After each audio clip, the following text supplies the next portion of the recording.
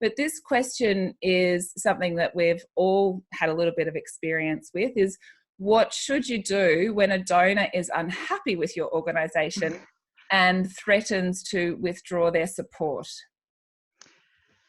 So another really good question, and obviously it can be a really challenging one, and you know, a bit terrifying if you're in an organisation and that happens to you. So I think it's really important to start with unpacking, you know, where the donor is coming from on this, and understanding their position.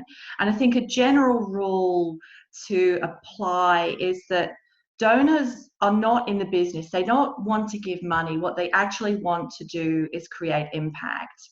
And if a donor is unhappy with the organisation, and a common one is, oh, you're spending too much money on administration and not enough on doing good, that signals that we're not meeting their goals with respect to the impact that they want to create. So I think an honest conversation is a really important starting point around what that donor's philanthropic goals actually are, and are we actually able to meet them? Now, obviously, ideally, we want to be able to meet them, but we may not be able to. The answer to that question is, you know, if that donor's got philanthropic goals differ significantly from what our organisation is able to deliver, then there may be a need for a parting of the ways. That may be an option that we need to consider. I'm not suggesting it's the best option, and ideally we want to always avoid that, but it should be on the table, I think, as part of that honest conversation. Now, if we feel that there is a kind of misalignment between what the donor's philanthropic goals are and what we're delivering, sometimes that's around the fact that the donor is not, we need to inform and make the donor aware of what we're doing, and how we're doing it. And part of that process is a question that we can ask ourselves is, are we effectively measuring and communicating the impact that we're creating or that we're enabling? And are we communicating that well enough to the donor? And that's often another reason that a donor may be unhappy, is they simply may not be aware of what's going on, or they may feel it may signal a need for more information or a desire to be more engaged in the process. And I think certainly the pattern that we're seeing and the trend that we're seeing in philanthropy, you know, and in our for-purpose space, is that donors are much less passive than they used to be. So kind of gone are the days of checkbook donations or checkbook philanthropists. People actually want to be engaged in the process. They want to see the impact that they're creating. They certainly want to hear about it. And we, I guess, as organizations, need to kind of step up to that and actually meet that donor need and communicate more effectively and find opportunities for donors to be involved in that process. And the other honest question we need to kind of ask ourselves around, particularly when it comes to questions around how much money we're spending on administration or how much isn't directly going to the cause or the initiative that we're supporting, is that true? That, again, an honest question. Are we spending too much administration?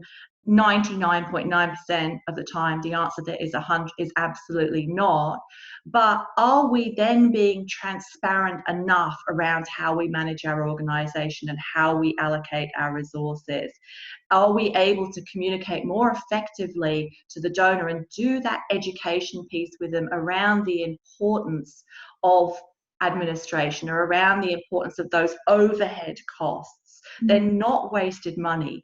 They're important investments that charities will make in doing their work, and philanthropy makes in doing it work. They're an investment in the capacity of an organisation, and so they are really, you know, they're valuable and worthwhile and contribute to our impacts. And we sometimes need to make that connection between how those are actually contributing to our impact.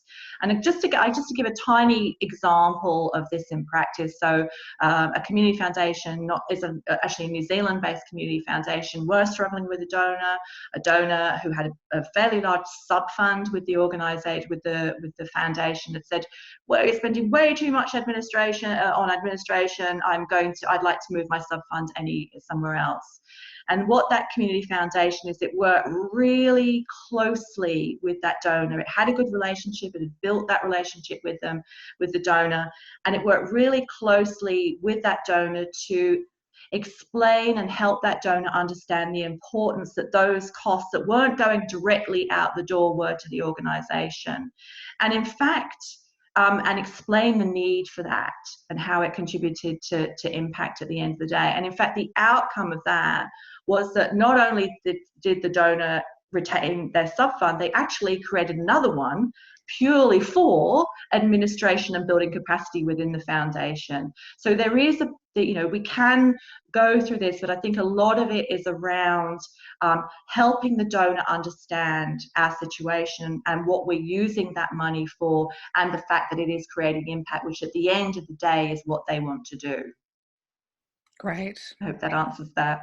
Yeah, fantastic. Thanks, Kate. That's just absolute gold, and great example there of, where something even more magical comes out, as an outcome, isn't it? Strengthening and deepening those relationships. It's fabulous when from something that looks like it's going to be really significantly horrible, you can get a really great outcome. And I don't want to overstate and say this is always the case, but obviously there are times that we navigate ourselves way carefully enough and kind of factor all those elements in, that we can come out with an even better outcome than we'd anticipated. Fantastic. There's always hope. There is. It's just great to have, examples like that in the back of our minds, that, when you're going into that, you don't have to be so daunted about it, that there could be, something really special come out the other end for everyone involved. Yeah. And I think that the sharing of knowledge, and I think part of what we're doing here around, Ask X Factor is actually supportive of that, because I think that, as I said, we find examples, we meet people who've lived through that and can share that knowledge with us. And that's a kind of beautiful place to be.